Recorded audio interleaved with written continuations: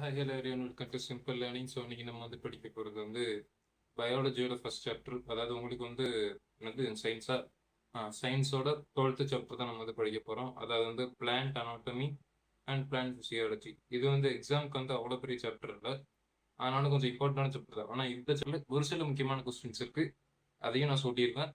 அதை மட்டும் நீங்கள் படிச்சுட்டு போனீங்கன்னாலும் போதும், இல்லை உங்களுக்கு டைம் இருக்குன்னு நீங்கள் எல்லாத்தையுமே கூட படிச்சுட்டு போகலாம். ஸோ நம்ம வள பேசாமல் வீடியோக்குள்ளே போயிடலாம். ஸோ இந்த dermal and epidermal tissue system, அதாவது dermal and epidermal tissue system, அது டிஷ்யூ சிஸ்டம், அதை பற்றி நம்ம வந்து பார்க்க போகிறோம். ஸோ எபிடெர்மல் அண்ட் ஸோ அந்த டெர்மல் டிஷ்யூ சிஸ்டமில் எபிடெர்மிஸ் அண்ட் பெரிடரம் அதுதான் வந்து இம்பார்ட்டண்டான காம்பனன்ட் இந்த டிஷ்யூ சிஸ்டத்தில். ஸோ ஸோ இந்த எபிடெர்மிஸும் பெரிடரமும் எந்த மாதிரின்னு நம்ம இந்த கையில் இப்போ ஸ்கின் இருக்குது பார்த்தீங்களா, இந்த ஸ்கின்னு மாதிரி மரத்துக்கான ஸ்கின் தான் இந்த இது. இப்போ நம்ம இந்த பழைய ஆலமரம் அதெல்லாம் பார்த்தீங்கன்னா தெரியும், இந்த ப்ரௌன் கலர்ல ஒன்று இருக்கும், வெளியில ப்ரௌன் கலர்ல இந்த பிச்சு பிச்சு வரும்ல, அதுதான் வந்து இந்த எபிடெர்மிஸும் பெரிடர்ம்ங்கிறது. ஸோ இதோட ஃபங்க்ஷன்ஸ்னு பார்த்தோம்னா, இப்போ நம்ம ஸ்கின் நமக்கு என்ன பண்ணும், ப்ரொடெக்ஷன் கொடுக்கும். வெளியில இருந்து ஏதாவது வந்துச்சுன்னா இது இது இது பார்த்துக்கும். அதுக்கப்புறம் ப்ரிவென்ஷன் ஆஃப் வாட்டர் லாஸ், தண்ணி வந்து வெளியேறாம இருக்க, நம்ம உடம்புல இருந்து தண்ணி வெளியேறாம இருக்க அந்த ஸ்கின்னு பார்த்துக்கணும்ல, அதே இதுதான் மரத்துக்கும் பண்ணும். அதுதான் வந்து இந்த டெர்மல் டிஷ்யூ சிஸ்டத்தோட வேலைங்கிறது. ஸோ அடுத்தது வந்து கிரவுண்ட் டிஷ்யூ சிஸ்டம். என் வாயில் டிஷ்யூங்கிறது கரெக்டாக வரல, அதனால கொஞ்சம் மன்னிச்சுக்கோங்க. ஸோ கிரவுண்ட் டிஷ்யூ சிஸ்டம் அதில் வந்து எல்லா டிஷ்யூமே, பிளான்ட்ஸுக்கு எல்லா டிஷ்யூமே இருக்கும் except epidermal dermal tissue system and vascular tissue system. டெர்மலும் வாஸ்குலர் டிஷ்யூ சிஸ்டமும் இதில் இருக்காது. அதை தவிர இருக்கிறது எல்லாமே இந்த கிரவுண்ட் டிஷ்யூ சிஸ்டம் அதுக்குள்ளே தான் வரும். ஸோ இந்த இதில் வந்து மெயினாக இருக்கிறதே வந்து ஃபங்க்ஷன்ஸ் நம்ம பார்த்துருவோம், அதுக்கப்புறம் நம்ம அதை பற்றி பேசலாம். ஸோ ஃபங்க்ஷன்ஸுங்கும் போது ஃபுட் ஷார்ட்டேஜ் ஆகும்போது அது வந்து ஹெல்ப் பண்ணும். அதே மாதிரி ஃபோட்டோசிந்தசிஸ்க்கு இது ரொம்பவே முக்கியமான இது வேலை பண்ணுது. அது நான் ஏங்கிறது நீங்கள் போக போக புரிஞ்சுக்குவீங்க. அதே மாதிரி support, protection and also rigidity. அதே மாதிரி இதில் வந்து கொஞ்சம் கன்ஃபியூசிங்கான ஒரு இது இருக்குது. அதாவது வந்து பேரன் கைமா, கோலன் கைமா, ஸ்கிலியரன் கைமா, அந்த கைமாலாம் இருக்குல்ல, அதெல்லாம் பற்றி நான் கரெக்டாக சொல்கிறேன். இப்போ வந்து ஒரு வீடு கட்டுறோம்னு வச்சுக்கோங்களேன், வீட்டில் வந்து நம்ம எப்படி கட்டுவோம், செங்கல் வச்சு கட்டுவோம். அதுக்காக நம்ம ஒன்று இந்த செங்கல் வச்ச இடம் அப்படின்னு சொல்ல போகிறது இல்லை, நம்ம அது வீடுன்னு தான் சொல்கிறோம். இப்போ நான் என்ன சொல்ல வரேன்னா, இந்த வீடை கட்டுறதுக்கு யூஸ் பண்ண செங்கல் தான் இந்த பேரன் கைமா, கோலன் கைமா, ஸ்கிலியர் கைமா, அதெல்லாம். அதே நம்ம இந்த வீடுன்னு ஒரு பேர் வச்சு கூப்பிடுறோம்ல, அந்த பேர் தான் இந்த கோர்டெக்ஸ், எண்டோடெர்மிஸ், அதெல்லாம். புரிஞ்சிருக்கும்னு நினைக்கிறேன். புரியலன்னா மறுபடியும் சொல்கிறேன். நம்ம வீடு கட்டுறதுக்கு என்னெல்லாம் பண்ணுவோம், ஃபர்ஸ்ட் இந்த செங்கல், ஜல்லிக்கல், சிமெண்ட் அதெல்லாம் போடுவோம்ல. இந்த செங்கல், ஜல்லிக்கல், சிமெண்ட் இதெல்லாம் தான் இந்த பேரன் கைமா, கோலன் கைமா, ஸ்கிலியரன் கைமா. அதை வச்சு நம்ம கெட்டுற ஸ்ட்ரக்சர் தான் இந்த வீடு தான் இந்த கோர்டெக்ஸ், எண்டோடெர்மிஸ் அதெல்லாம். இப்போ உங்களுக்கு கரெக்டாக புரிஞ்சிருக்கும்னு நினைக்கிறேன். ஸோ பில்டிங் பிளாக்ஸுங்கிறது பேரன் கைமா, கோலன் கைமா, ஸ்கிலியரன் கைமா. அதே மாதிரி அதை வச்சு கட்டுற வீடு மெயின் பிளாக், மெயினான ஸ்ட்ரக்சரே கோர்டெக்ஸ், எண்டோடெர்மிஸ், அதே மாதிரி பெரிசைக்கிள். ஸோ அந்த கோர்டெக்ஸ், எண்டோடெர்மிஸ், பெரிசைக்கிள் அதெல்லாம் என்ன பண்ணுதுன்னா, அதுவுமே கூட ப்ரொடெக்ஷன் பண்ணுங்கிறது தான். அது நீங்கள் பெராட்டி படிப்பீங்க, அதை பற்றி நம்ம பேச வேண்டாம். ஸோ உங்களை போட்டு ரொம்ப கன்ஃபியூஸ் பண்ண வேண்டாம்னு நினைக்கிறேன். ஸோ அது வேற கதை. இப்போதைக்கு அது நீங்கள் இந்த மாதிரி நினச்சி வச்சிங்கனாலே போதும். ஸோ அப்படிங்கும்போது பில்டிங் பிளாக், மெயின் பிளாக், பேரன் கைமா, குளோரன் கைமா, ஸ்கிலியரன் கைமா, அப்புறம் குளோரன் கைமா. அதே மாதிரி மெயின் பிளாக்ல கோர்டெக்ஸ், எண்டோடெர்மிஸ், பெரிசைக்கிள், டித் இதெல்லாம் தான். அதே மாதிரி வாஸ்குலர் டிஷ்யூ சிஸ்டம் நான் சொல்லியிருந்தேன்ல, கடைசியாக ஒரு டிஷ்யூ சிஸ்டம் அது இதுதான். ஸோ இதோட வேலை என்னன்னு பார்த்தீங்கன்னா, இப்போ தண்ணி, இப்போ இந்த மரத்தோட வேர்ல தானே தண்ணி வந்து அப்சர்வ் பண்ணுது. இப்போ மரத்துக்கு மேலே தண்ணி ஊற்றிட்டு தண்ணியே குடி, மரமே தண்ணியே குடி அப்படின்னு சொன்னால் அது குடிக்க போகிறது கிடையாது. அப்போ இது தண்ணி எப்படி அப்சர்வ் பண்ணுதுன்னா, ரூட்ல இருந்து அப்சர்வ் பண்ணுது. ரூட் அடியில் இருக்கு, அதே மாதிரி செடி மேலே இருக்குது.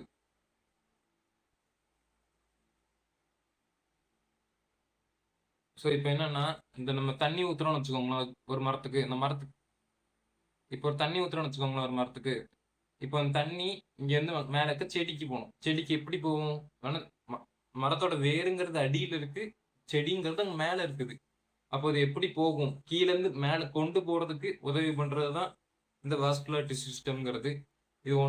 இதோட வேலைங்கிறது டிரான்ஸ்போர்ட் ஃப்ளூயிட், மினரல்ஸ் எக்ஸெட்ரா. அதாவது இந்த ஃப்ளூயிடும் சரி, மினரல்ஸு, அந்த மாதிரி விஷயத்தெல்லாம் டிரான்ஸ்போர்ட் பண்றதுக்கு ஹெல்ப் பண்றது தான் வாஸ்குலர் டிஷ்யூ சிஸ்டம்ங்கிறது. அதுல 2 மெயினானது தான் சைலம், ஃப்ளோயம். சைலம் அப்படிங்கிறது இப்ப நீங்க ஒரு பைப்லைன் மாதிரி நினைச்சுக்கலாம். இந்த பிளான்ட்ஸ்ல இருக்கிற ஒரு பைப் மாதிரி. சைலமும் ஃப்ளோயமும் பிளான்ட்ஸ்ல இருக்க ஒரு பைப் மாதிரி. சைலம்ங்கிற பைப் என்ன பண்ணும்னா கேரிஸ் வாட்டர் அண்ட் மினரல்ஸ். அந்த பைப்ல என்ன போகும்னா தண்ணியும் மினரல்ஸும் போகும். அதே ஃப்ளோயத்தில் என்ன போகும்னா ஃபுட் மெட்டீரியல்ஸுங்கிறது போகும். Carries food materials. அதுதான் அந்த ரெண்டுத்துக்கான வித்தியாசம். நான் இது இங்கிலீஷில் படிச்சிடுறேன். So xylem carries water and minerals, phloem carries food materials. இதோட இது வந்துச்சா. இப்போ அந்த சைலமும் ஃப்ளோயமும் அரேஞ்ச்மெண்ட் பண்றோம்ல. இப்போ சைலம் ஃப்ளோயம் இப்படி, இது சைலம் இது ஃப்ளோயம் அப்படின்னு அப்படி கிட்ட கிட்ட வச்சுக்கலாம். இல்ல வேற மாதிரியும் வச்சுக்கலாம். இப்படி வந்து சைலம் இப்படி வந்து ஃப்ளோயம் அப்படின்னு நம்ம வச்சுக்கலாம். ஸோ இந்த மாதிரியான அரேஞ்ச்மெண்ட்ஸ் அப்படிங்கிறதையும் நம்ம பார்க்கணும். அதுல வந்து மொத்தம் ஒரு 4 படிக்கிறேன். 1 2 3 4 5 மொத்தம் 5 டைப்ஸ் ஆஃப் அரேஞ்ச்மெண்ட்டுங்கிறது இருக்குது. அதில் ஃபர்ஸ்ட் வந்து பார்த்தீங்கன்னா இந்த ரேடியல் அரேஞ்ச்மெண்ட்டுங்கிறது தான். நான் எங்கள் ஸ்க்ரீனில் காணிப்பேன். இந்த அரேஞ்ச்மெண்ட் இருக்குல்ல, இதான் வந்து ரேடியல் அரேஞ்ச்மெண்ட்னு சொல்லுவாங்க. அதே மாதிரி இன்னொரு இதுதான் வந்து கோஜாயிண்ட் அரேஞ்ச்மெண்ட். கோஜாயிண்ட் அரேஞ்ச்மெண்ட்டுங்கிறது நான் அந்த ஃபோட்டோவில் காணிக்கிறேன்.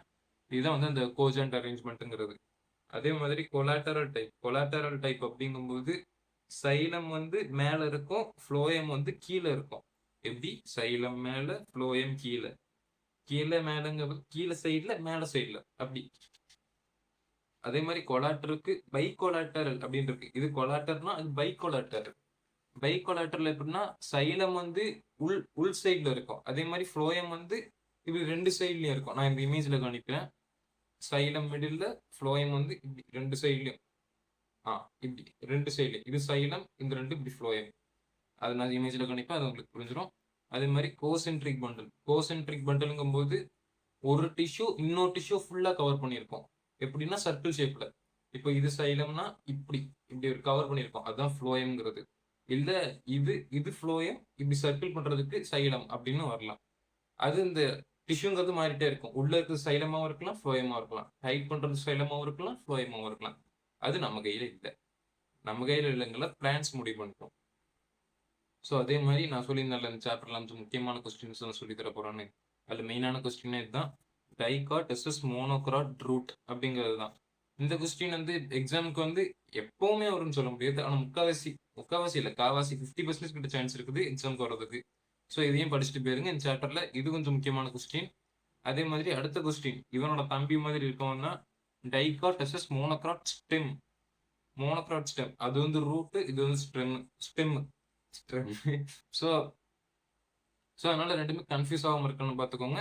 ரூட்டுக்கும் ஸ்டெம்முக்கும் எப்படியோ வித்தியாசம் பண்ணி பார்த்துக்கோங்க. ஸோ மோனோக்ராட் ஸ்டெம்க்கு நீங்கள் இதெல்லாம் அப்படியே பார்த்து மனப்படம்படி எழுதினாலே போதும். இப்போ உங்கள் புக்கில் கொடுத்துருப்பாங்க, அந்த மாதிரி எழுதிக்கலாம். இல்லை உங்க டியூஷன் ஹோமில் ஏதாவது சொல்லி கொடுத்தாங்கன்னா அதை நீங்கள் அப்படியும் எழுதிக்கலாம். ஸ்டெம்முக்கும் ரூட்டுக்கும் ஒரே கதை தான். ரூட்டுக்கும் அப்படி கொடுத்துருந்தாங்கன்னா நீங்கள் அப்படி எழுதிக்கோங்க. ஆனால் புக்கில் கொடுத்துருக்கிறது எழுதுறது தான் என்னையை பொறுத்த வரைக்கும் பெஸ்ட் மெத்தடுங்கிறது. ஆனால் அப்போ தான் எப்படி மார்க் கன்ஃபார்ம் வந்துடும். சரி, அதே மாதிரி இப்போ அடுத்ததா அண்ணன்னா அக்கா, இங்கே தங்கச்சி நிறுத்தி டைகாட் அண்ட் மோனோக்ராட் லீவ்ஸ். அதாவது டைகாட் அண்ட் மோனோக்ராட் லீவ்ஸ் அது ரூட்டு, இது ஸ்டெம்மு, இது லீவ்ஸ். இந்த லீவ்ஸ்க்கு வந்து அவங்கள விட இம்பார்ட்டன்ட் இல்லை, ஆனால் எப்பயாவது வரலாம். எத்தனை மார்க்குன்னா 2லேருந்து 4 மார்க் வரைக்கும் இந்த கொஸ்டின் வரலாம். அதனால இதையும் வேணும்னா படிச்சுட்டு போங்க.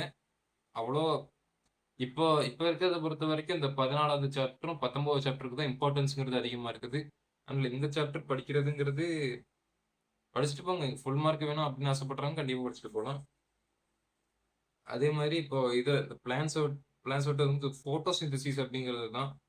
ஸோ அந்த ஃபோட்டோசிந்தசிஸ் அப்படிங்கிறதுக்கு வந்து அந்த எக்ஸ்பிளனேஷனுங்கிறது இதுதான். உங்களுக்கு எக்ஸ்பிளனேஷன் சொன்னால் உங்களுக்கு கண்டிப்பாக புரிய போகிறது கிடையாது.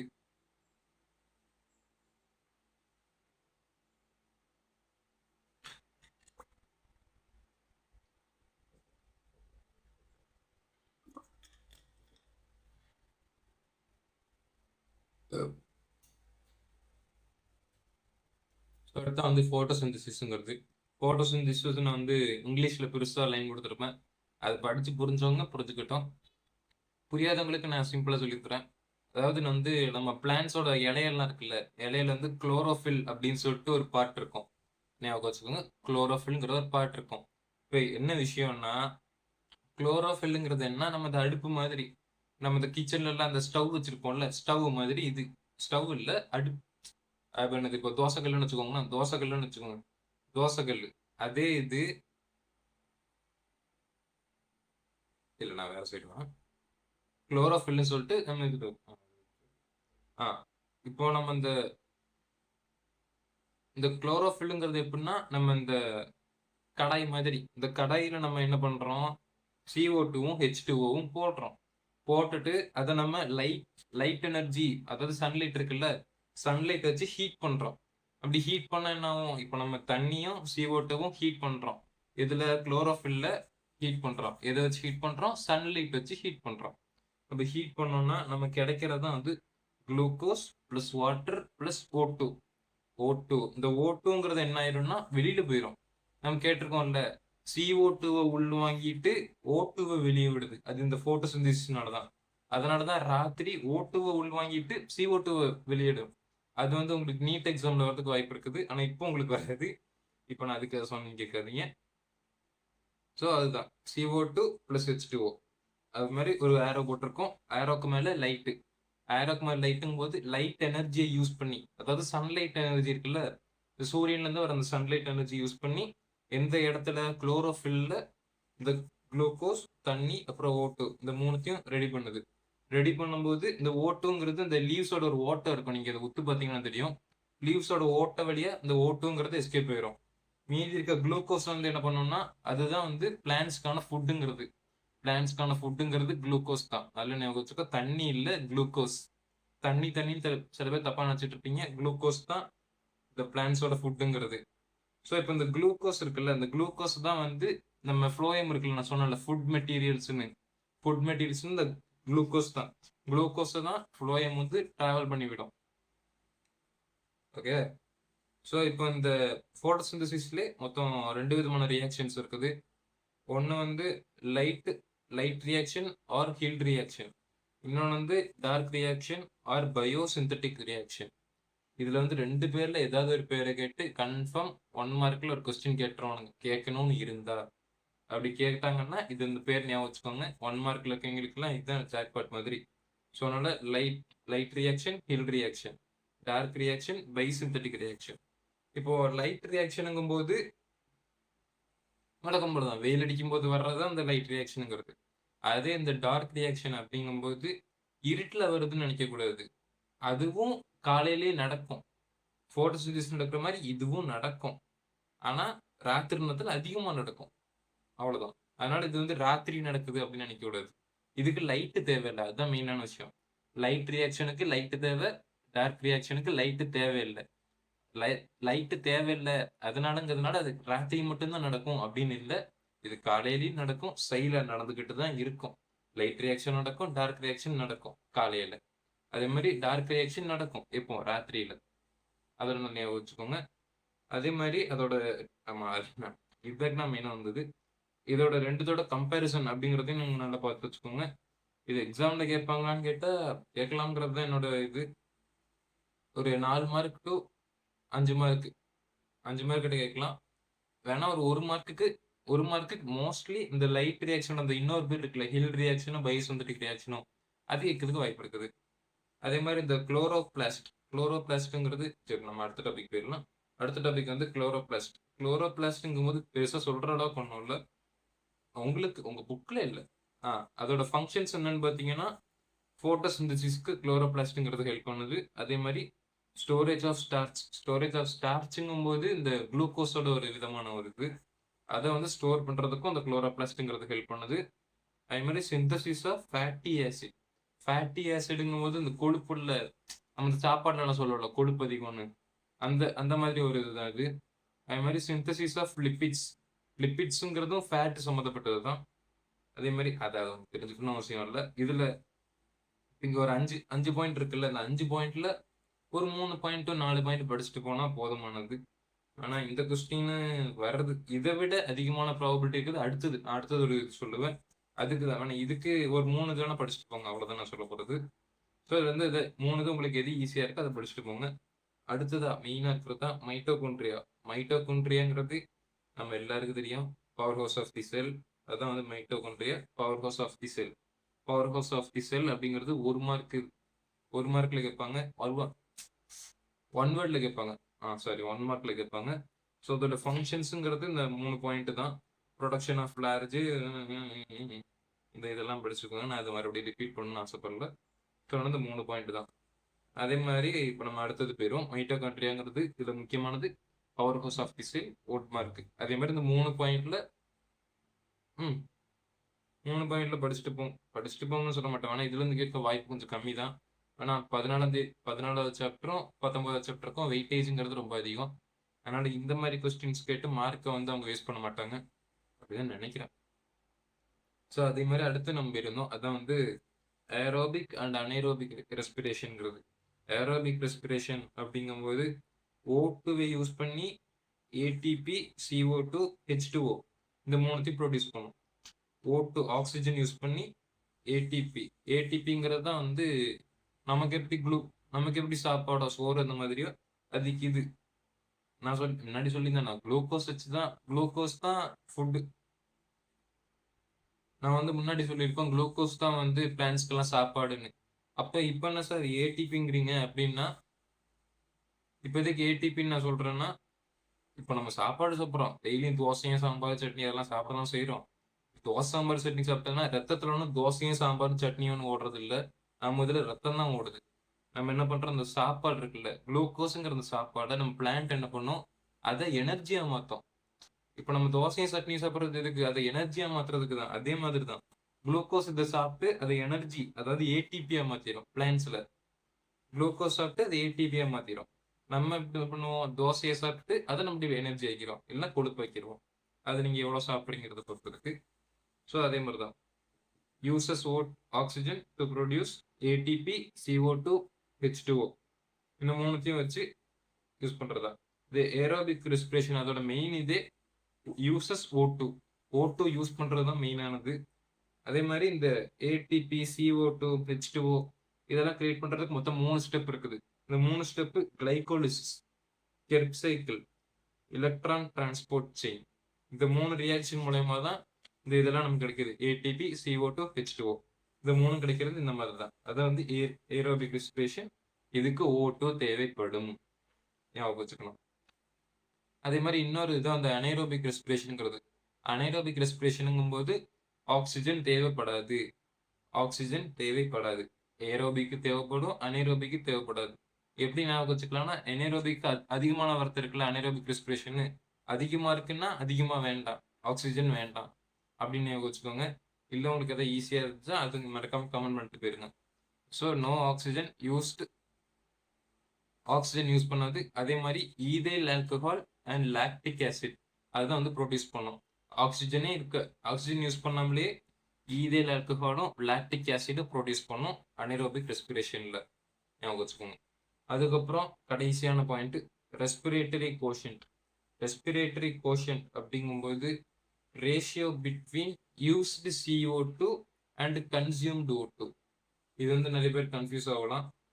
இதுல இருந்து என்ன சொல்ல வராங்க அப்படின்னா, இப்ப நம்ம என்ன பண்றோம், நம்ம O2வை உள்வாங்குறோம், CO2வை வெளியே ஏற்றுறோம். அதே கதை தான் யூஸ்டு CO2. நம்ம அதை யூஸ் பண்ணிட்டோம். நான் எப்படி சொல்லிக்கிறேன்,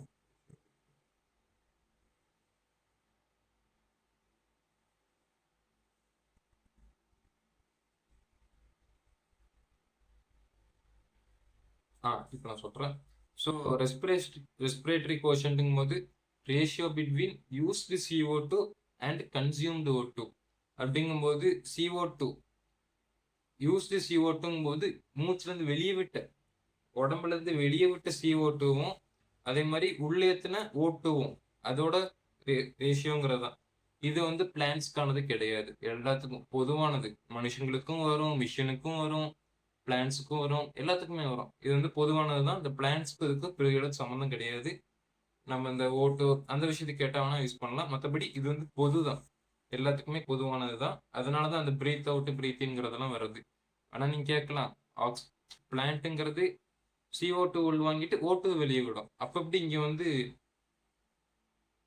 அப்ப எப்படி நான் வந்து CO2 வெளியே விடும், O2 உள்வாங்கும் அப்படின்னு சொல்றேன்னு, அதுக்கு தான் இது. இந்த ரெஸ்பிரேட்டரி கோஷன் வச்சு என்ன கண்டுபிடிக்கலாம்? இது வச்சு என்ன கண்டுபிடிக்கலாம்னா, அது வந்து என்ன அதிகமா உற்பத்தி பண்ணுதுங்கிறது தான். இப்போ ஒரு வேள CO2 ஓட அளவு அதிகமா இருந்து, ஆக்ஸிஜனோட அளவு கம்மியா இருந்துச்சுன்னா, அது ஆக்ஸிஜன தான் அதிகமா CO2வ தான் அதிகமா வெளியேத்துதுன்னு அர்த்தம். அதே ஆக்ஸிஜனோட அளவு அதிகமா இருந்து, CO2 ஓட அளவு கம்மியா இருந்ததுன்னா, அப்போ அது ஆக்ஸிஜன தான் அதிகமா வெளியேத்துதுன்னு அர்த்தம். அப்பன்னா அதான் பிளான்ட்ஸ்ங்கிறது. பிளான்ட்ஸுக்குங்கிறது ரெஸ்பிரேட்டரி கோஷன்ட்ங்கிறது கம்மியா இருக்கும். அத பத்தி நம்ம இப்ப படிக்க வேண்டாம். அதிகமா இருக்கு, கம்மியா இருக்குன்னு சொன்னா கன்ஃப்யூஸ் ஆயிருவீங்க.